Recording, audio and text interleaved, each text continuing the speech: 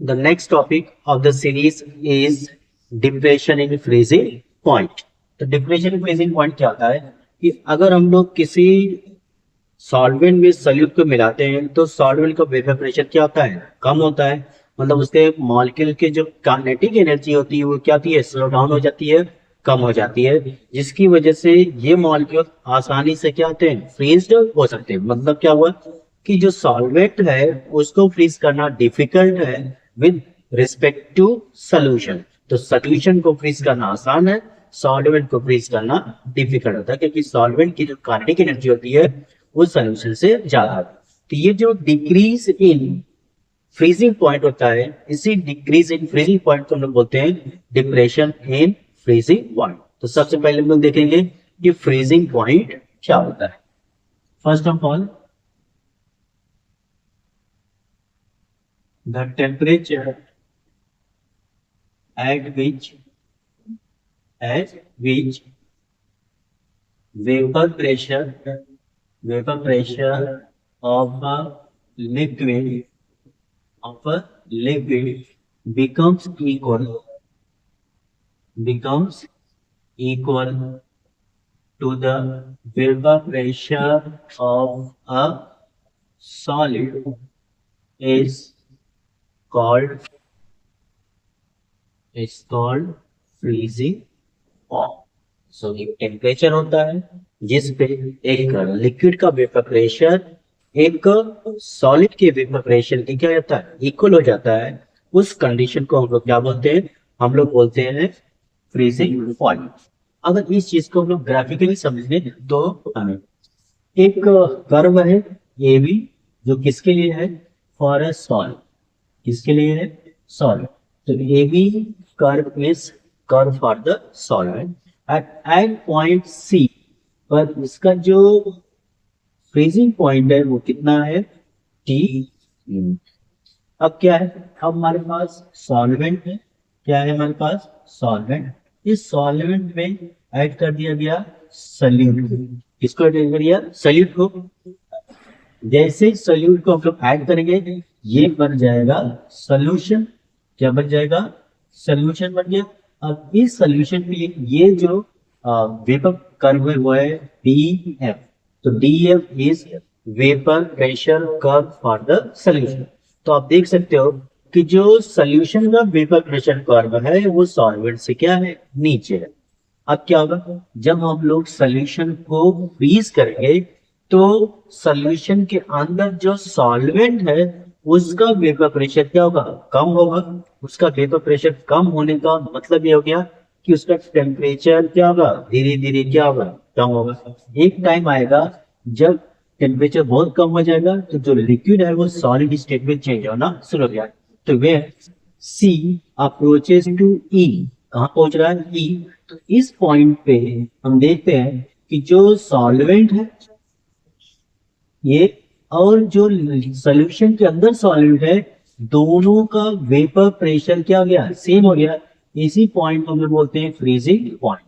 और जैसे इस फ्रीजिंग पॉइंट से आगे जाते हैं डी ई, तो डी ई रिप्रेजेंट करता है कि जो सॉल्वेंट लिक्विड स्टेट में है अब वो सॉलिडिफाई स्टार्ट होना शुरू हो गया। तो इसमें देखने को क्या मिला कि जब हमने सोल्यूशन का vapour pressure freezing point find किया तो उसका फ्रीजिंग पॉइंट कितना है, टी। तो हमने देखा कि जो पहले जो फ्रीजिंग पॉइंट था सॉल्वेंट का वो हाई था, अभी उसका क्या सोल्यूशन क्या हो गया, लो। सो दिस लोडिंग और decrease is known as depression in freezing point, जिसको हम लोग किससे लिखते हैं, हम लोग लिखते हैं डेल्टा टी एफ से। किससे लिखते हैं, डेल्टा टी एफ से।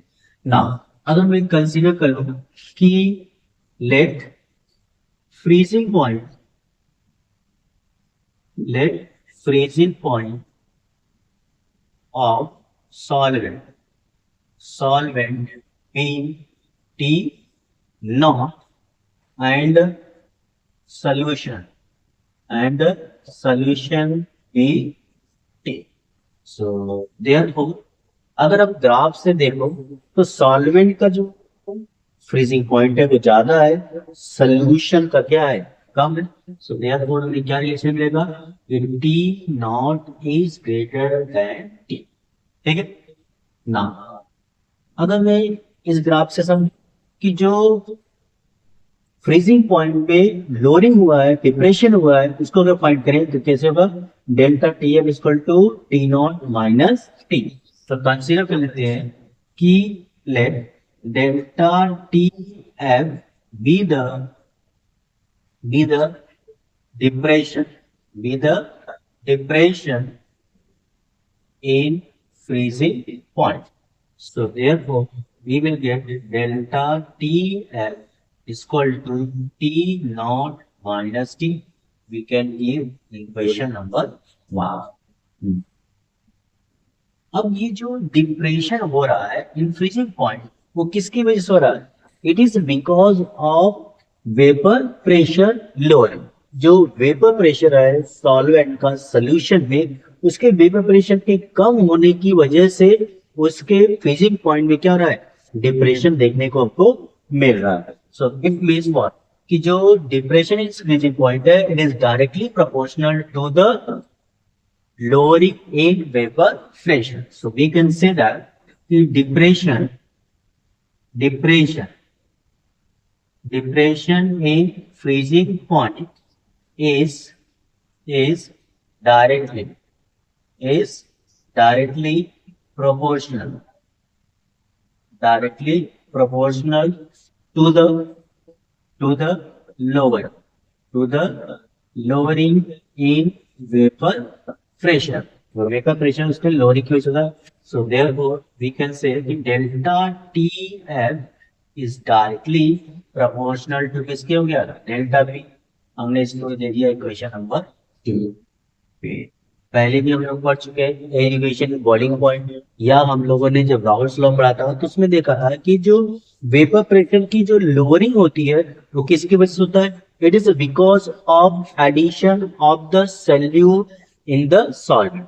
जितना ज्यादा हम लोग सॉल्यूट को सॉल्वेंट के अंदर क्या करते हैं ऐड करते हैं, उतना ज्यादा उसके वेपर प्रेशर में क्या होता है लोअरिंग देखने को मिलता है। तो इट मीन्स कि जो ये लोअरिंग इन वेपर प्रेशर है किसकी वजह से हो रहा है, मोलालिटी ऑफ द सॉल्यूशन। तो वी कैन से दैट कि lowering in vapor pressure is directly proportional to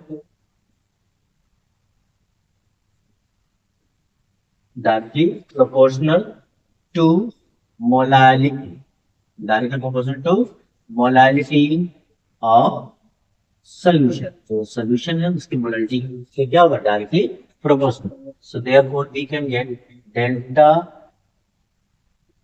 P is directly proportional to किसके हो गया small molality। Question number 3। Now if you see question number 2 and 3, then one side of this equation is equal, so another side will also equal। So here we can say from equation 2 and 3, from equation 2 and 3 we get क्या मिलेगा आपको, आपको मिलेगा कि delta T F is directly proportional to molality, equation number 4। तो finally क्या मिला हमें कि जो डिप्रेशन इन फ्रीजिंग पॉइंट है it is because of molality of the solution. And by the definition of molality,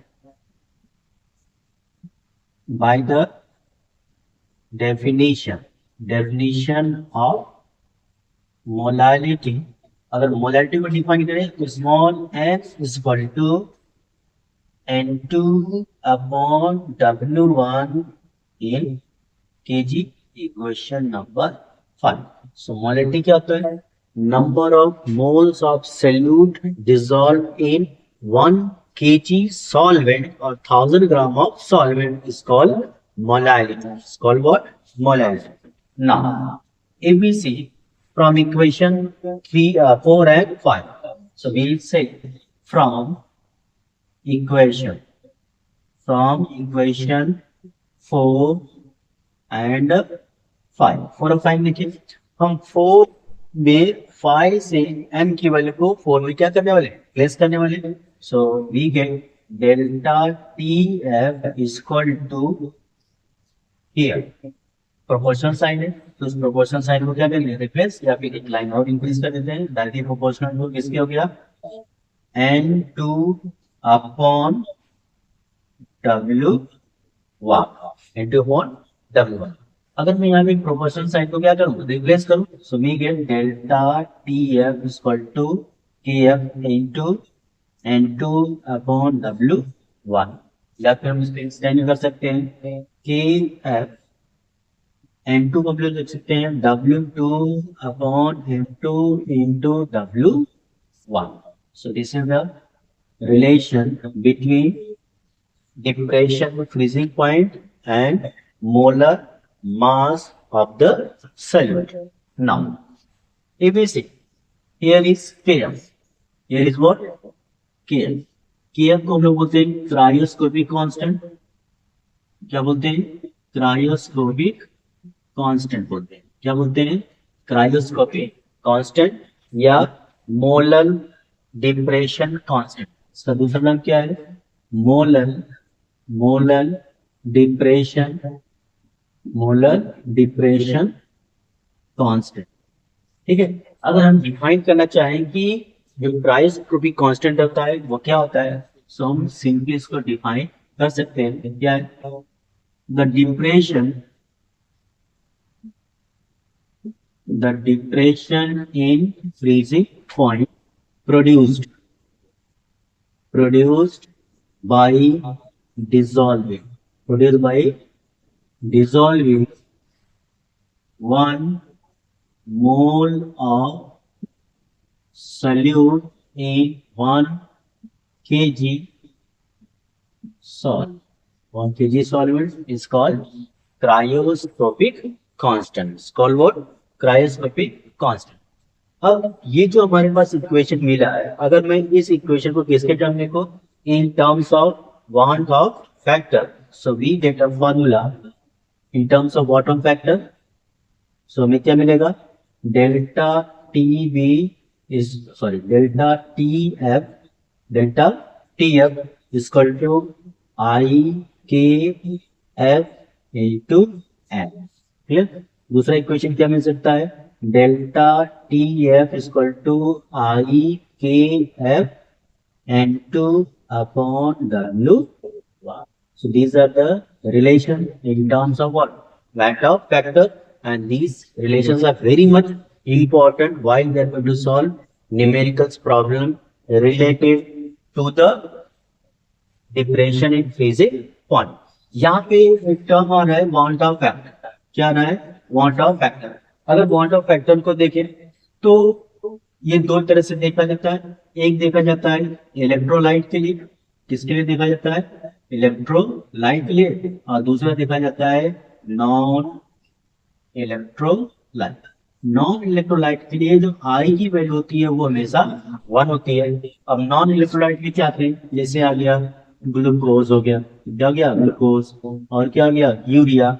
ऐसे जो सब्सटेंस हैं उनको हम लोग बोलते हैं नॉन इलेक्ट्रोलाइट, और इसके लिए जो आई की वैल्यू होती है वो हमेशा कितनी होती है? 1 होती है। कितनी होती है? 1 होती है। बट इलेक्ट्रोलाइट के केस में इट वैरीज। इलेक्ट्रोलाइट के केस में ये क्या करता है? वेरिएबल होता है, चेंज टू चेंज। वो डिपेंड करता है कि how many ions are produced by 1 mole of that electrolyte. जैसे अगर हमने NaCl को ले लिया, किसको ले लिया? NaCl को। So 1 mole of NaCl is giving 1 mole of Na plus and 1 mole of Cl. So how many moles are there? 2 moles total. So I की वैल्यू कितनी हो जाएगी? 2 हो जाएगा। पर अगर मैंने यहाँ पे ले लिया CaF2, calcium chloride, CaF2, and it dissociated, it gives 1 mole of calcium and 2 moles of F minus. So total moles are 3. So I की वैल्यू कितनी हो जाएगी? 3. मीन्स व्हाट, कि जो आयनिक सॉलिड्स होते हैं या जो आयनिक सॉल्यूट्स होते हैं उनका जो आई की वैल्यू होगा वो उनके नंबर ऑफ डिसोसिएट आयंस पे डिपेंड करेगा। इसका मतलब क्या है? और ये चीज यहाँ पे आप देख सकते हो कि जो डिप्रेशन इन फ्रीजिंग पॉइंट है क्या है? डिप्रेशन इन फ्रीजिंग पॉइंट है, it is directly proportional to the van't of factor. Means कि जिसका वांट ऑफ फैक्टर क्या होगा, ज्यादा होगा, उसका डिप्रेशन इन फ्रीजिंग पॉइंट भी क्या होगा, ज्यादा होगा। Clear? So this is about what, depression in freezing point. Take the screenshot, then we have to meet with next important derivation.